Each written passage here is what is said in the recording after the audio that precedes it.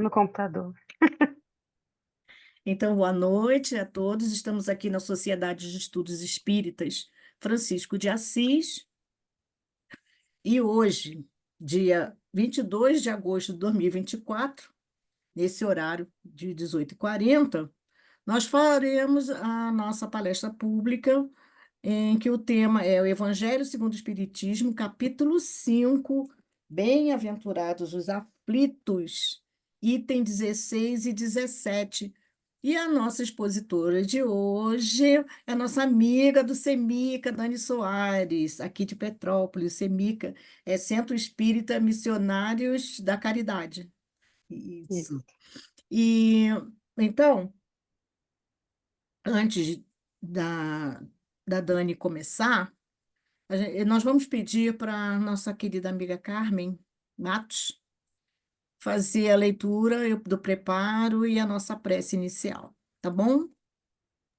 Carmen, está Boa contigo. noite boa noite a todos. E o preparo é desse livro aqui, Correio Fraterno, de Chico Xavier, por diversos espíritos. E a lição aberta foi a 29, que é de Emmanuel, e ele nos diz assim: não te afirmes sem o chamado divino para colaborar na seara do bem, porquanto o Senhor espera em ti uma bênção, a mais na construção do reino de Deus.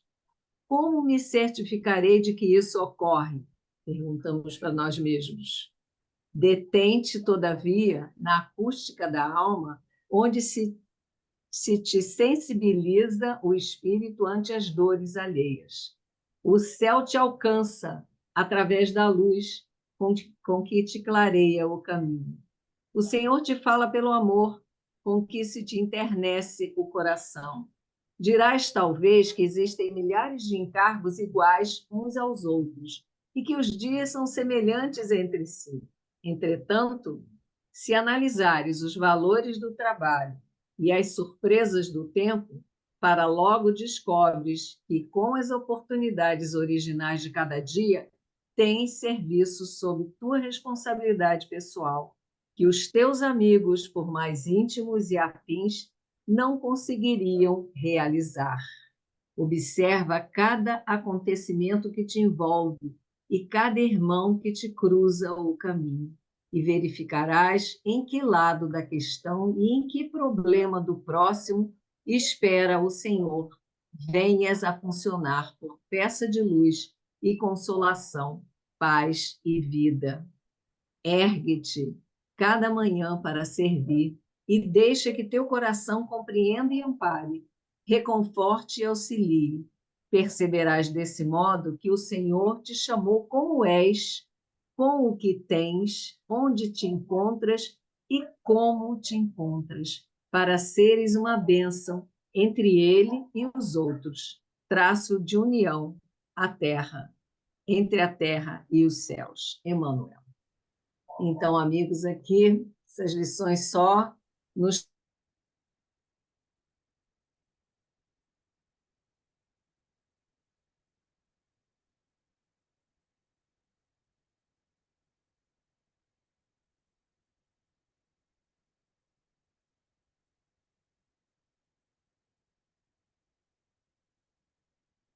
ler e absorver essa lição de hoje com os seus conhecimentos e só temos a agradecer, Senhor.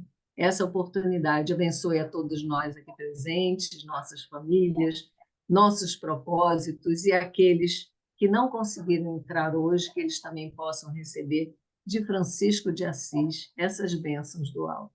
Então, que Jesus ampare e que nós tenhamos uma boa noite de estudos, graças a Deus. Graças a Deus. Então, Dani, agora a palavra é sua, tá? Obrigada, Carmen. Deu uma caidinha, uma congelada no meio da prece. Pelo menos no meu, então eu vi as pessoas se mexendo, então achei que foi só você, tá? Mas a gente escutou a maior parte dela, tá bom? Vamos, Dani, a palavra é Vamos até que sua. horas, Denise? Até, só Até para eu... 7h30, ou no máximo 7h35, se você precisar É que de eu mais uns 5 sou minutinhos, faladeira, vocês tá sabem, bom? né? Então, gente, primeiro eu queria agradecer essa casa que sempre me acolhe com tanto carinho, Eu sinto assim o amor, sabe? O carinho mesmo que vem de vocês. Então, primeiro de tudo, agradecer essa oportunidade de tarefa. Acho que eu já falei aqui, toda oportunidade de divulgar a doutrina, se tiver ao meu alcance, eu digo sim. Não tem como dizer não. Ainda mais para um grupo querido desse. Segundo, eu queria falar que a Rose me aprontou uma peça com esse tema. Ela me mandou uma mensagem, que ela já sabe que eu gosto de falar de evangelho. Ela me mandou a mensagem. Aí falou assim: Evangelho segundo o Espiritismo, capítulo 5. Aí eu, na mesma hora, Bem-aventurados os aflitos. A gente estava estudando lá no CEMI, que é o Sermão da Montanha, e a gente estava bem no Bem-aventurados os que sofrem, né? Os que choram. Eu falei: tá dominado, estou na minha zona de conforto, nem olhei. Só que eu esqueci que nesse capítulo tem esse item do suicídio, da loucura, né? Que para mim é o mais delicado assim de todos de falar, porque a gente fala pisando em ovos, né? Enfim, então já queria, antes de tudo, me colocar como uma aprendiz, como uma estudante. Eu estudei e estou aqui para compartilhar um pouco das minhas reflexões com vocês, né? Mas a verdade não está comigo, gente, me esforcei bastante. Então, esses dois itens do Evangelho, né? Desse capítulo 5, como a Carmen falou, esse capítulo é um dos mais importantes do Evangelho. É o capítulo que explica tudo, né? Que explica o para quê, o porquê, enfim. E não é à toa que, se eu não me engano, é o maior capítulo que tem no Evangelho segundo o Espiritismo. É o capítulo 5. Então, a gente tem esses dois itens que são o suicídio e a loucura. E aí Kardec, acho que esse aqui é na Instrução dos Espíritos, não era isso que eu queria confirmar, não. Aí Kardec vem falando bastante aqui nesse primeiro item, no item 16, do quanto que o materialismo faz com que as pessoas optem por essa via de desencarnação, né? Eles acham que a matéria é tudo, então eu morro e, enfim, meus problemas se acabam, né? Porque a gente já sabe, de acordo com vários estudos, várias pesquisas, o suicida ele não desiste de viver, não é isso. Ele simplesmente ele precisa se livrar de uma dor e o jeito que ele se encontra de livrar da dor é esse. Ele acha que quando ele se encontrar, quando acabar, acabou, a dor dele ficou para trás. Só que aí ele se depara com uma outra dor maior ainda, né? Que ele descobre que, na verdade, aquela dor continua e que ele agravou ainda mais a situação dele. E aí, eu não queria ficar numa coisa muito pesada, muito triste, né? Porque a gente fica sempre meio assim, pelo menos, eu fico meio pisando em ovos para falar um pouco de suicídio. A gente está às portas do Setembro Amarelo, né? Então, vou até depois, eu acho que eu vou levar essa palestra lá para o Semica também, que eu tenho uma palestra lá dia 2, eu acho que eu vou aproveitar o embalo. E aí ele vem no item 17 e fala assim que o espiritismo produz o efeito contrário do materialismo, né? Com certeza.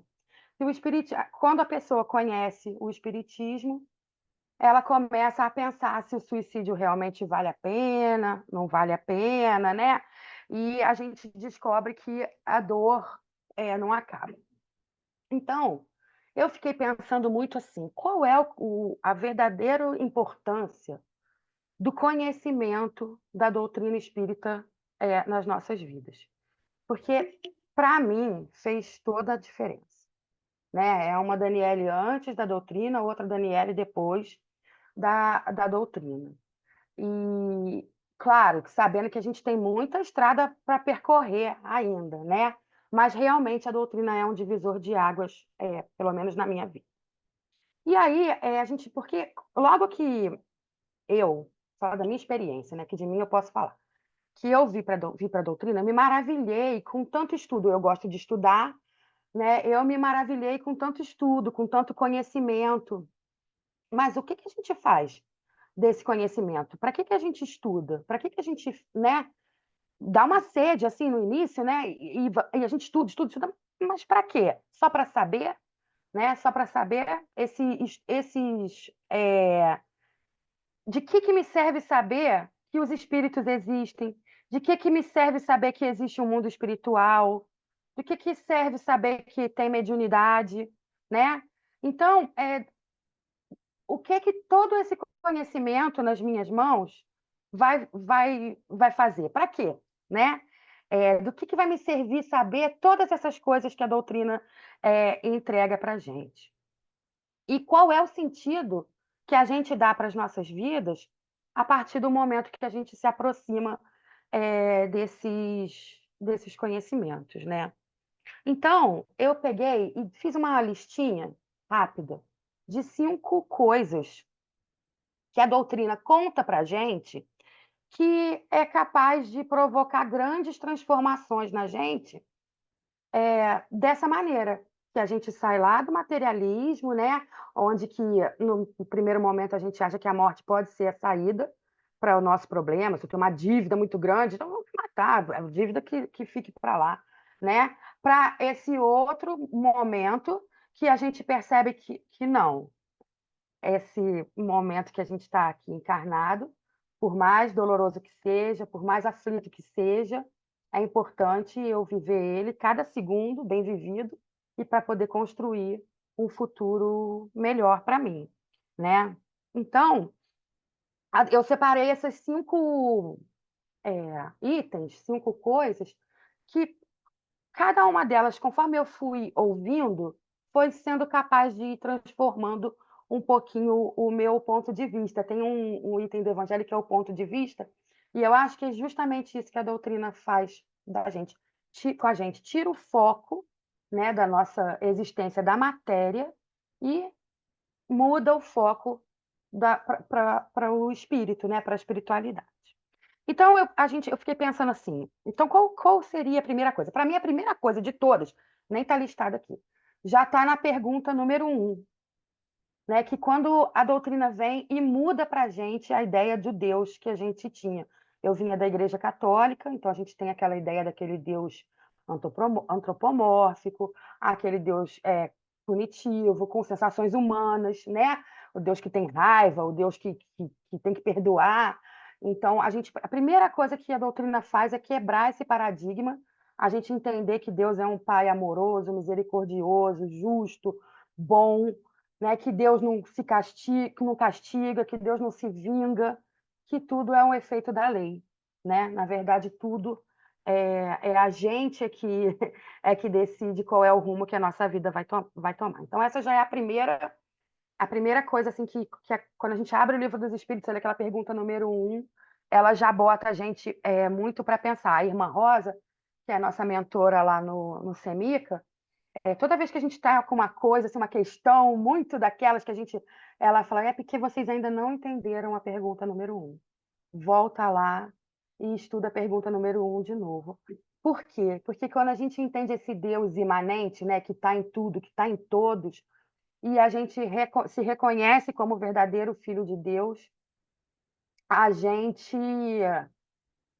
aure forças para seguir em frente e a gente entende um pouco, começa a entender um pouco, entende é muita pretensão, né? Mas a gente começa a entender um pouco os mecanismos dessa lei e começa devagarzinho a ir respirando com um pouco mais de tranquilidade.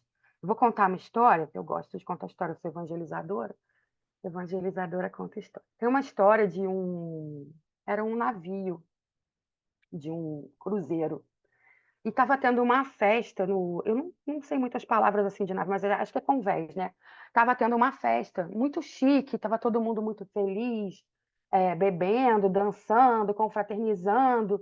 E mais na frente, num outro lugar assim do convés, tinha um garotinho, uma criança, sozinha. Não tinha ninguém com ele. E ele estava brincando com os brinquedos dele, aqueles coisinhas de montar, né? Estava distraído.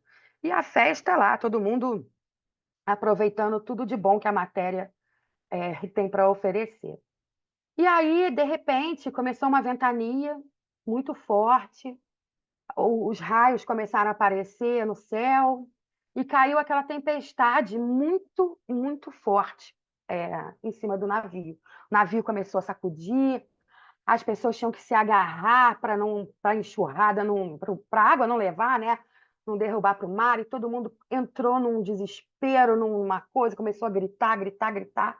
E o menino lá, sereno, calmo, sentado, continuava brincando com os brinquedos dele. E aí a tempestade passou, ninguém caiu do navio, o navio não afundou e o menino continuava lá no mesmo lugar. E aí uma pessoa da tripulação lá, que trabalhava no navio, vendo aquilo tudo, foi lá perguntar para o menino, falou, menino, tá tudo bem com você? Ah, tá tudo bem comigo. Falou, mas você não viu a tempestade? Eu vi a tempestade. Você não viu as pessoas desesperadas? Eu vi. E por que você não se desesperou? E aí ele falou, porque meu pai era o capitão. E quando o meu pai está no comando, nada de ruim pode me acontecer.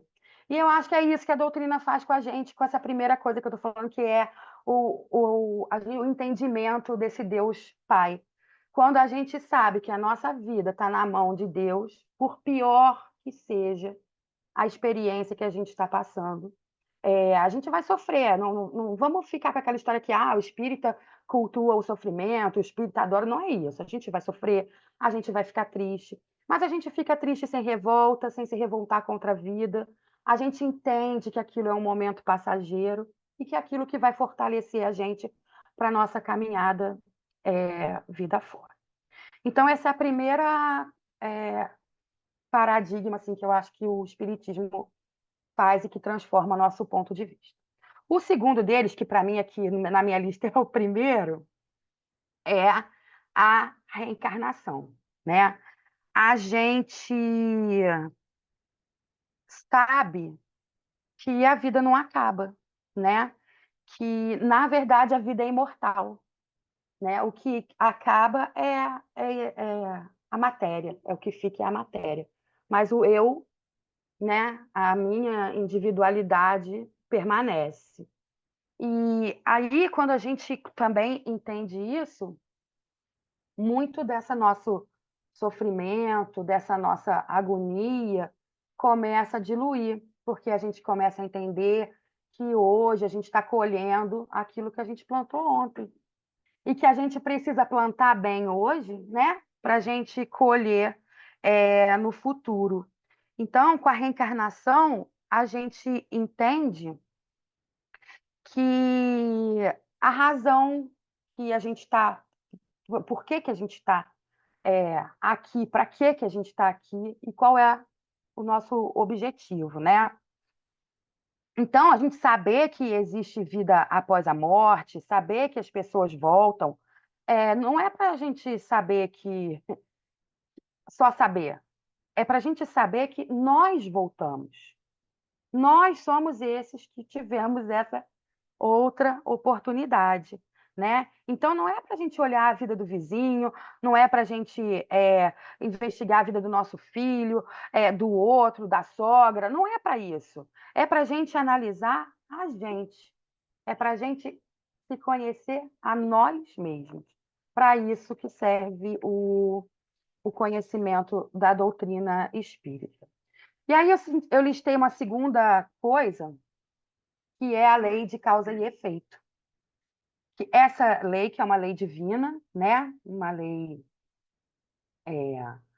do Pai, uma lei universal, né? Ela é o conhecimento, né?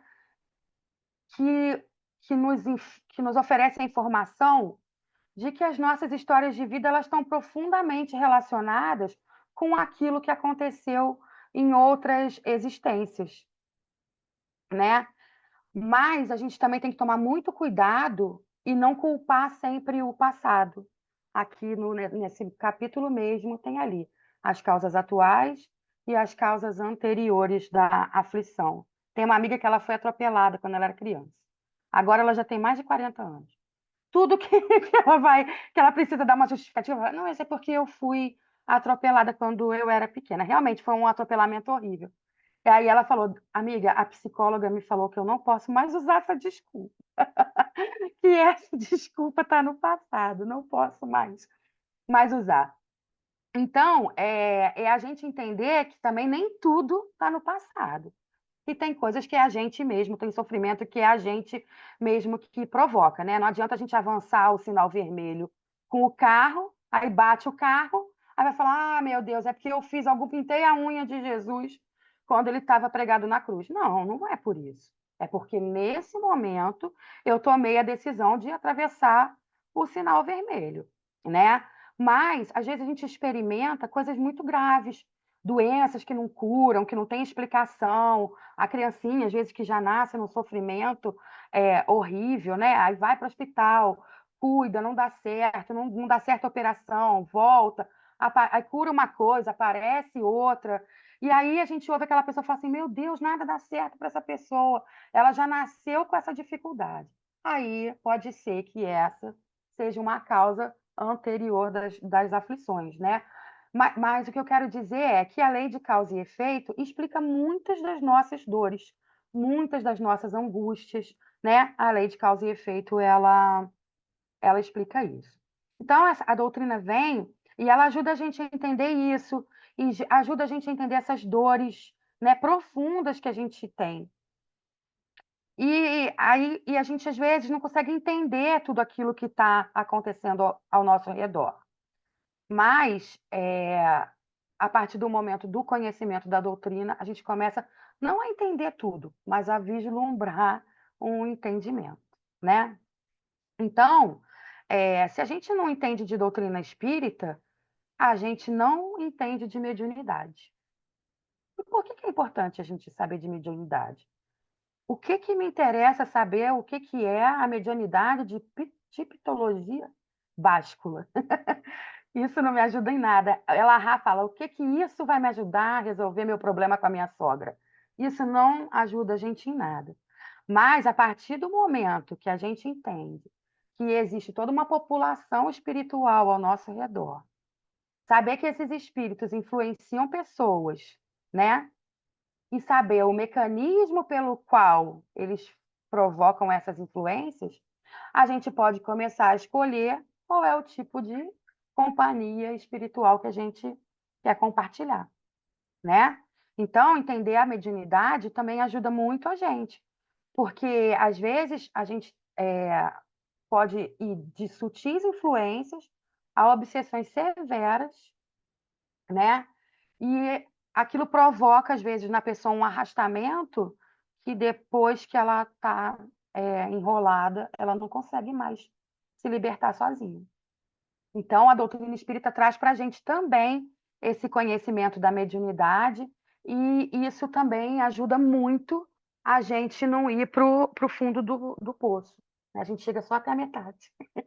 Porque hoje, com o conhecimento que a gente tem, quando a gente começa a cair, a gente pede ajuda, né? A gente sinaliza: olha, eu estou precisando de ajuda. E a gente sabe na mão de quem segurar e voltar rápido, né?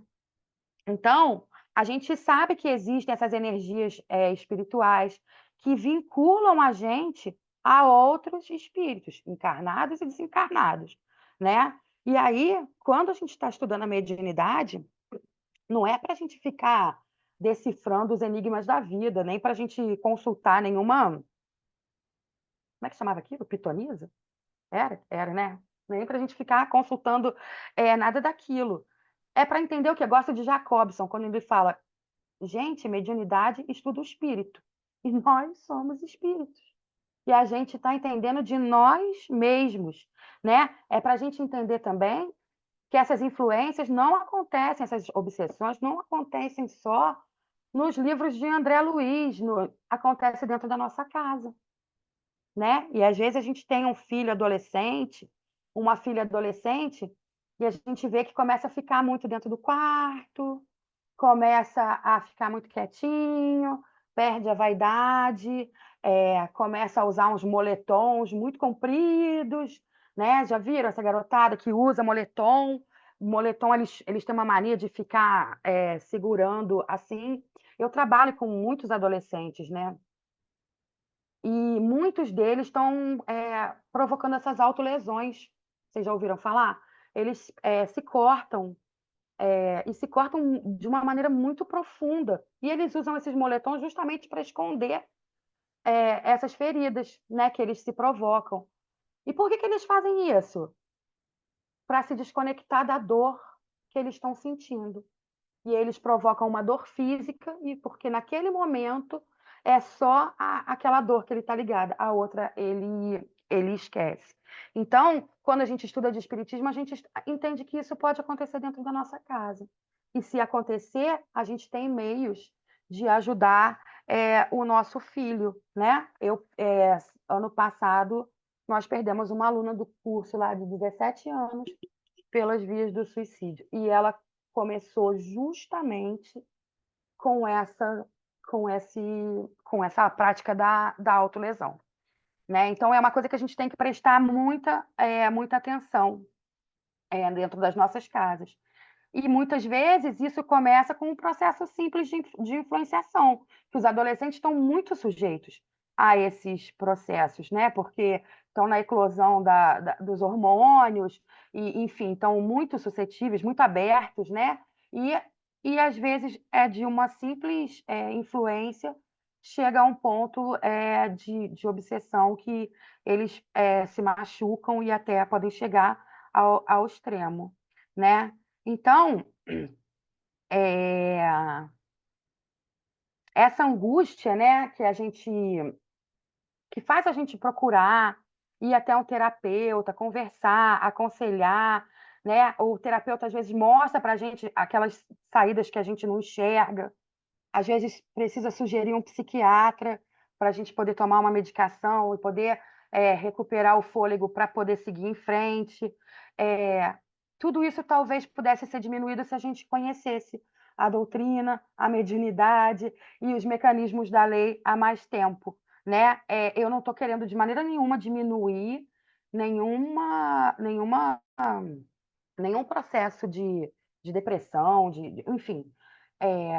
Nem tenho conhecimento de causa para falar muito sobre isso, mas o que eu estou dizendo é que, às vezes, quando a gente está. Eu via meu pai muito deprimido e o espiritismo tirando o meu pai. Claro que com o esforço dele, que com a ajuda dos médicos, eu não estou invalidando de maneira nenhuma o tratamento médico, mas quando a medicina age junto com o espiritual, isso costuma ter uma resposta melhor e mais rápida, né?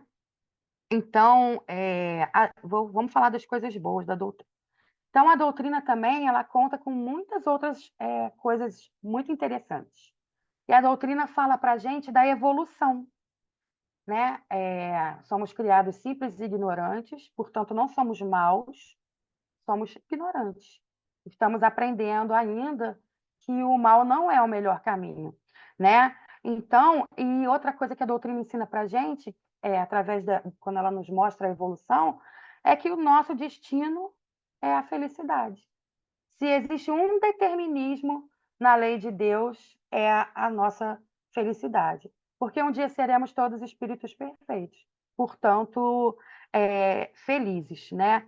Então, isso é fantástico, porque a gente começa a aprender sobre essas condições espirituais, os dramas que a gente passa, as dores que a gente atravessa. Mas a doutrina vem e fala para a gente: olha, mas eu tenho outra notícia para te dar, né? Eu tenho uma outra notícia muito melhor para te dar.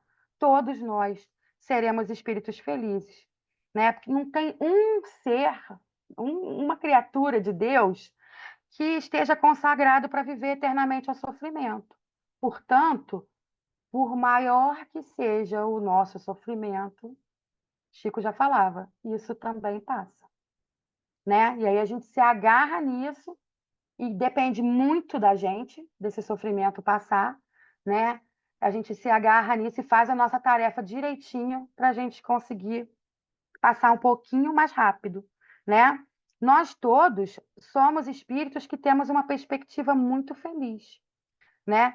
Porque do jeito que a doutrina esclarece para a gente o que é a vida, que nós temos a imortalidade, temos as reencarnações, que a gente tem esse caminhar infinito, né? E que as nossas experiências vão permitindo que a gente vai progressivamente se desembaraçando das nossas imperfeições morais, a tendência é que a gente vai aos poucos sentindo que o mal já não atrai tanto a gente assim.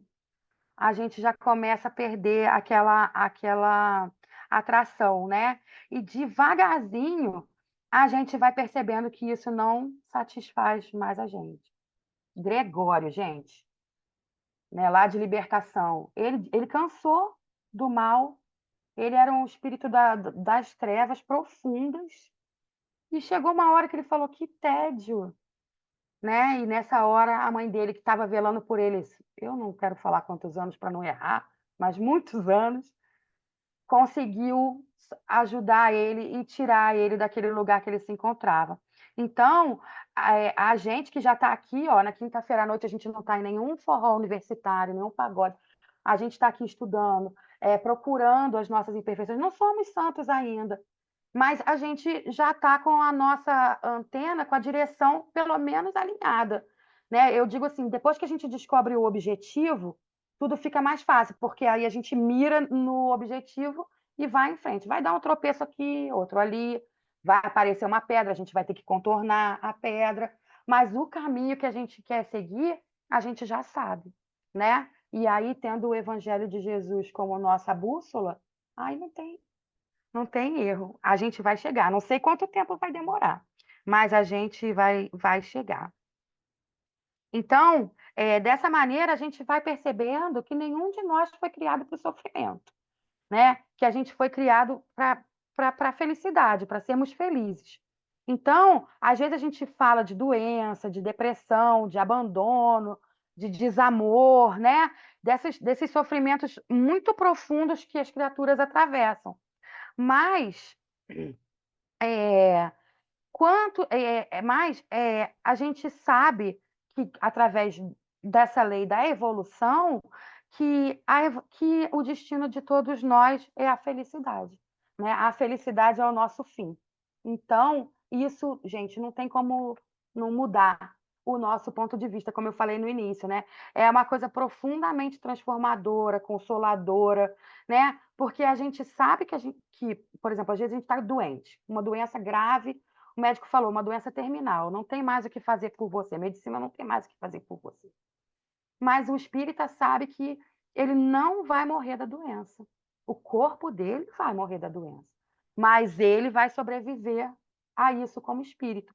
E essa vai ser mais uma experiência lá na cadernetinha dele de rumo a espírito puro. O dia que tiver tudo lá carimbadinho, a caderneta nossa da escola, a gente vai estar lá fazendo reunião no sol, igual os espíritos crísticos, né? Então, é, às vezes a gente pensa que está sozinho nessa experiência, mas a gente, com a doutrina, sabe que nunca estamos abandonados, né? Que por mais que pareça que a gente está sozinho, a gente tem todos os nossos patrocinadores, né, da nossa encarnação, que a gente não enxerga, nos apoiando, nos dando força, nos sustentando e ajudando a gente a atravessar. E, por último, a última coisa que eu tinha separado, que transforma também a nossa vida, e já que eu sou do Centro Espírita Missionários da Caridade, eu sempre preciso falar disso, é a prática do bem, né? Porque quando a gente está cuidando da ferida de outra pessoa, a gente esquece um pouquinho, a gente sai um pouquinho do eu, né? Do eu, e a gente cuida do outro. Às vezes a gente mesmo deixa de cutucar a nossa ferida e ela devagarzinho vai cicatrizando.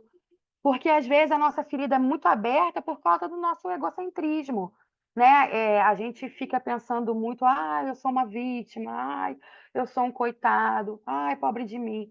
E quando a gente se dispõe a ajudar outra pessoa, a gente vê que, né, na verdade, a gente não é tão pobre coitado assim, né? Que tem outras pessoas, às vezes, atravessando desertos muito mais áridos que o nosso, cada um no seu deserto, né? Não estou diminuindo a dor de ninguém. E ao esquecer um pouco da gente, a gente para de se autoferir. E a gente vai devagarzinho se cicatrizando, né? Se curando. Então, é,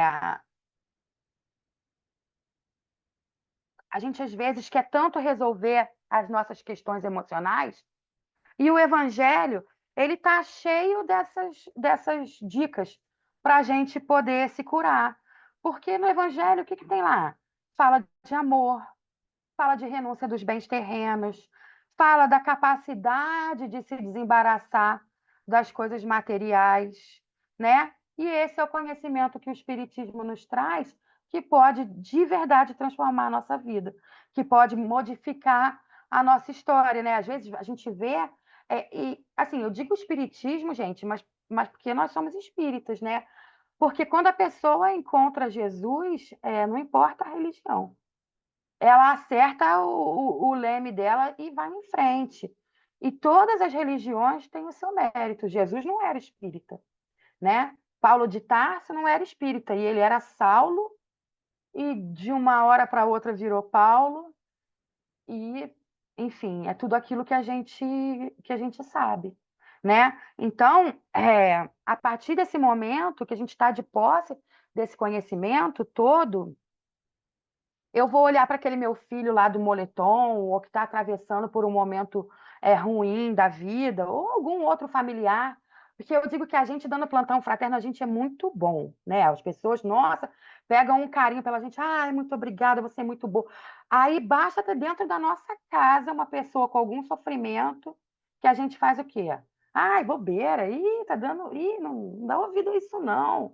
Ou a gente às vezes fala, é preguiçoso, não quer sair do quarto, não vai ter jeito. A gente não faz, às vezes dentro da nossa casa, a gente não tem o carinho que a gente tem com uma pessoa que a gente nem conhece, com aqueles que a gente mais ama, né? A gente tem que tomar muito cuidado com isso. Uma vez eu vi algum palestrante falando assim: quando um filho seu quebra um copo na sua casa, como você age com ele? Como se ele fosse uma visita, ou porque se a visita derruba o copo, a gente fala, a pessoa fica sem graça, né? Ai, não tem problema não, que isso, é só um copo. É só um copo, isso aqui não tem nada. A gente vai, joga no lixo. Aí vai o filho da gente quebra o copo, a gente, já quebrou outro! Não é possível, garota está banada, não tem jeito, não vai ser nada na vida.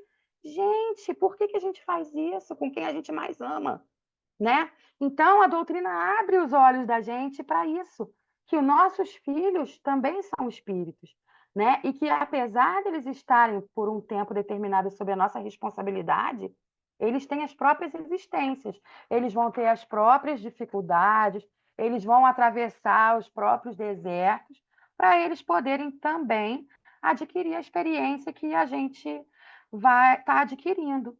E aí, com esse conhecimento, a gente, como eu falei, tem a capacidade de entender que tudo vai passar. Que meu marido e minha esposa estão doentes, que de repente a gente vai se despedir temporariamente, né? Porque a gente sabe que um dia a gente vai se encontrar. Ou, como eu falei, que a filha está trancada no quarto nesse processo de perturbação, né? E aí a gente sabe, olha, isso vai passar. Eu vou apoiar minha filha, eu vou ajudar ela, e isso vai passar.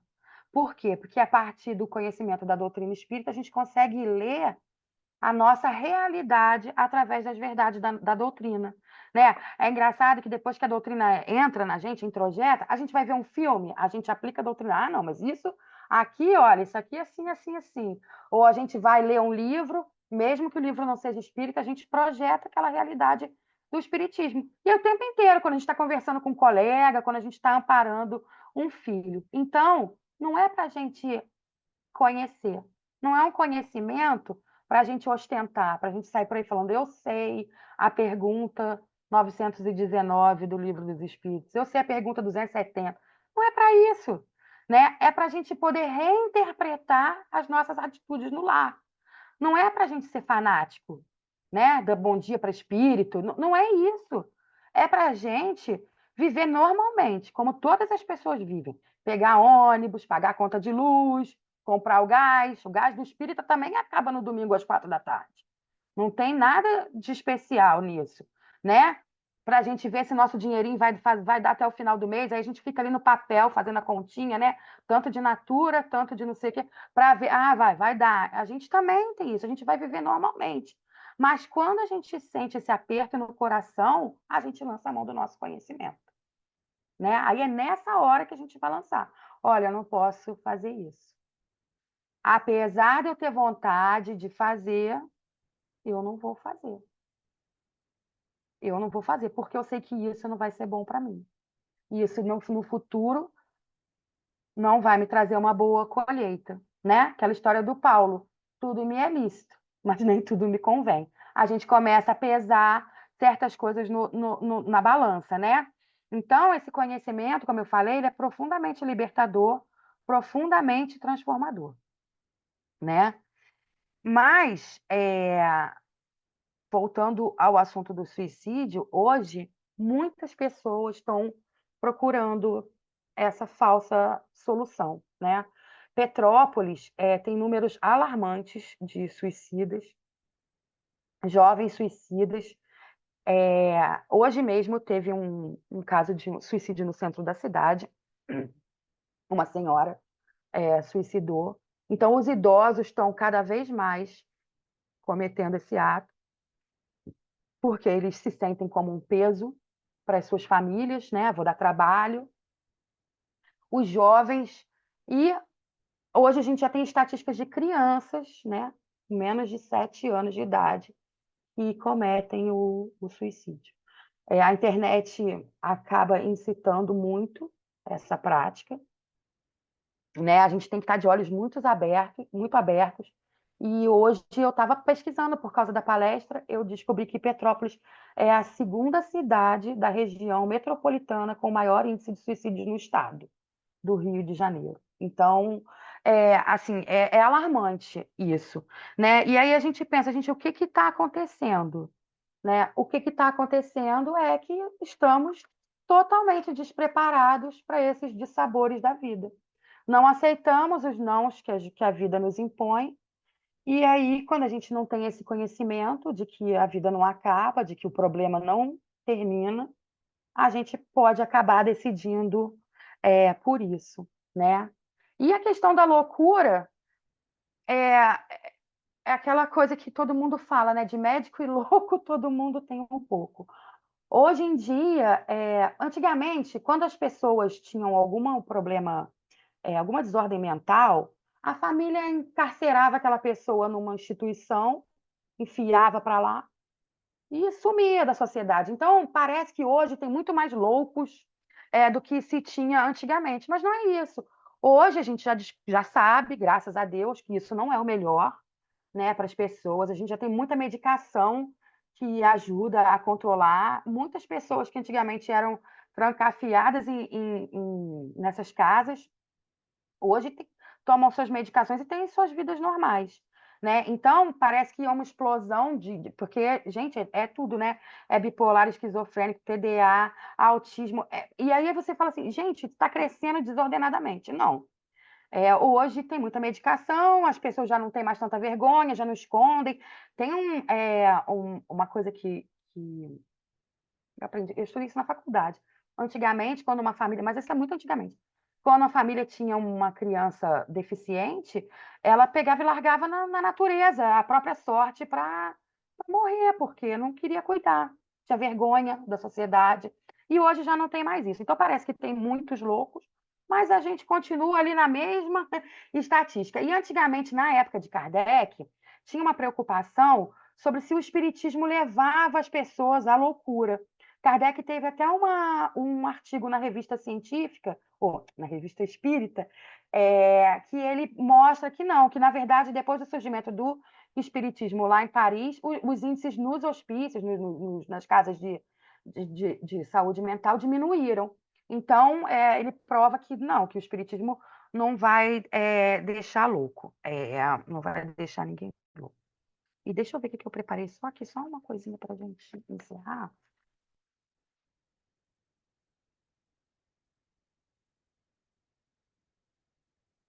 Então, eu queria dizer também que, apesar do espiritismo ser do suicídio ser uma coisa assim que, como eu falei no início, a gente que é espírita, que sabe das consequências, a gente fica sempre com alguns melindres para falar e tudo mais, a gente não pode esquecer que esses irmãos que cometem esse ato de desespero, eles não estão desamparados.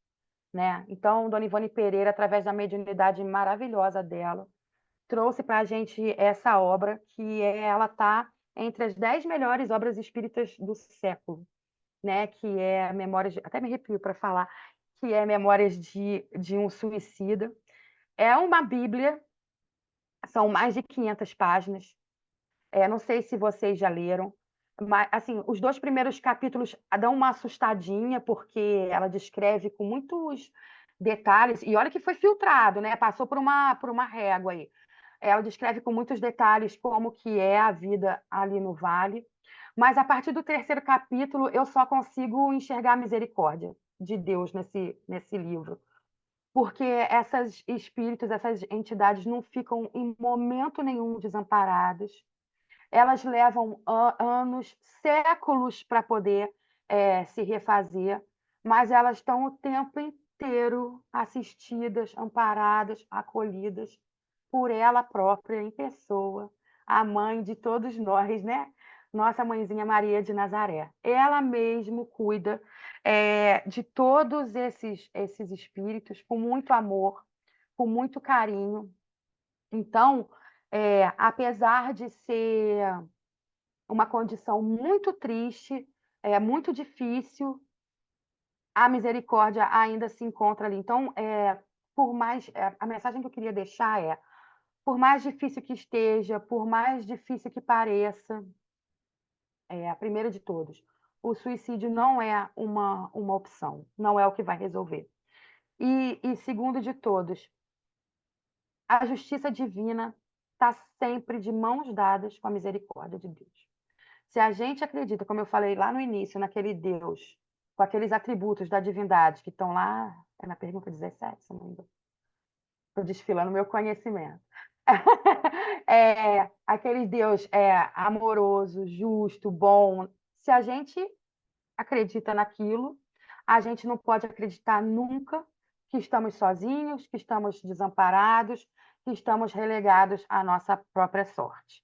Então, se a gente cair, levanta, limpa o joelho, bate a poeira, levanta a cabeça, que não deixa a coroa cair e segue em frente, que a felicidade está logo ali esperando todos nós. Gente, muito obrigada pela paciência em me ouvir. Me desculpa porque o mau jeito, que assim, era um tema que era difícil, realmente saí muito da minha zona de conforto para falar, para conversar. Mas eu queria dizer que eu me esforcei ao máximo para trazer uma palavra consoladora, uma palavra confortadora, e que todo mundo saísse daqui com a esperança e com a fé renovadas. Um beijo no coração de todos vocês, até a próxima. Nós é que lhe agradecemos, querida Dani, por... Esqueci de contar uma história, uma última. Posso, Daisy? Denise? Pode? É uma história que Eu eu tinha adoro 4 história minutos também. ainda. É uma história que a Betina sempre conta pra gente. Agora a Betina está muito doentinha, não sei se vocês conhecem ela. A Betina, que é a nossa mãezinha lá do CEMIC, ela está bem doente, está em casa. Mas ela sempre conta essa história. A história de uma mulher que procurou uma casa espírita e pediu para ser atendida, né, num plantão fraterno. E aí a pessoa que atendeu ela perguntou assim, mas o que que a senhora veio... O que que a gente pode te ajudar, né? A gente sempre pergunta isso, o que que a gente pode te ajudar? E ela falou, não, eu vim porque eu perdi meu anel de diamante. E eu queria que os espíritos me dissessem aonde que está esse anel. E aí o moço falou, gente, como é que eu vou contar para ela que os espíritos não vão dizer para ela onde que está o anel dela, né? E o que que ele falou? Ele falou, olha, faz o seguinte, a senhora vai fazendo o evangelho no lar, aquilo que a gente sempre faz. Vem vindo nas palestras, toma o passe, e uma hora a senhora vai encontrar o anel. E a mulher começou a frequentar sempre aquela casa espírita. Ela ia sempre, e aí toda vez que esse pessoa que atendeu ela encontrava com ela, fazia assim, perguntava, encontrou o anel? Aí ela, não encontrei. E o tempo foi passando, encontrou, não encontrei, encontrou, não encontrei. Até que um belo dia, essa pessoa estava dirigindo uma das reuniões da casa. E aí viu a mulher entrando. E aí ele fez para ela. Aí ela fez assim, encontrei. Aí ele falou, não, agora eu quero saber se essa mulher encontrou mesmo esse anel ou não. E aí ele esperou quando acabou, pediu para ela esperar. E foi falar com ela, mas você achou o anel? Aonde que estava o anel esse tempo inteiro? Aí ela falou, eu não encontrei o anel. Eu encontrei o verdadeiro diamante, que é a doutrina espírita, que me fez perceber que eu não preciso do anel. Então, era essa a mensagem que eu queria deixar para vocês, que a doutrina espírita seja esse anel, né, na vida de cada um de nós, que a gente possa saber o que verdadeiramente a gente está procurando nas nossas vidas. Um beijo para todos. Ai, Dani, obrigada. Hum, Nossa, eu vou botar minhas reações, que eu sempre coloco uma. Ah, eu amo, muito obrigada. Nós que lhe agradecemos a boa vontade e a disponibilidade para vir à nossa casa, e que Francisco de Assis a envolva e auxilie nos seus estudos, nas suas pesquisas. E a gente sabe que é muito bom a gente conversar um pouquinho assim com os amigos a respeito, e principalmente num tema tão complicado da gente tocar. Nós aqui já fizemos o estudo do livro Memórias de um Suicida, levamos uns bons anos estudando, foi muito proveitoso. Eu tinha medo de ler. Pegava o livro assim, até para pegar o livro eu tinha medo, sabe?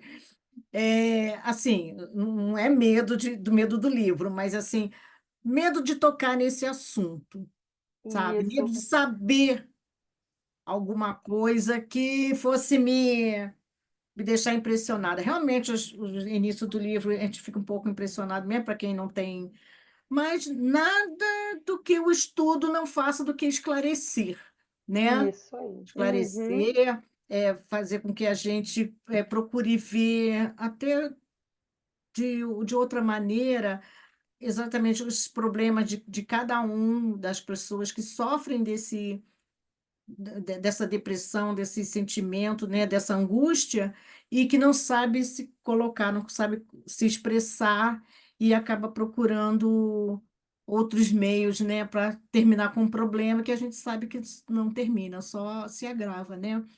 Então, esse livro é realmente um livro que abriu meus olhos em acerca desse assunto. Nós fazemos aqui, você sabe, que você já participou, né? Do nosso nosso Setembro Amarelo, Setembro Amarelo, onde a gente busca informações, falar, porque o assunto é para ser falado, né? É para ser falado, porque assim fica mais natural a gente falar sobre ele, ouvir sobre ele e entender a necessidade desse, de estar presente, dessa pauta estar presente sempre nas nossas vidas, para que a gente possa auxiliar aquele que está no desespero e que, às vezes, por uma palavrinha, por um abraço, consegue se desvencilhar desse sentimento, com, né? com certeza. E é muito importante, né, a gente estar sempre muito atento, porque às vezes as pessoas mascaram os sentimentos, e aí depois a gente fica sabendo, "Ah, meu Deus, fulano fez isso, mas ele parecia tão bem."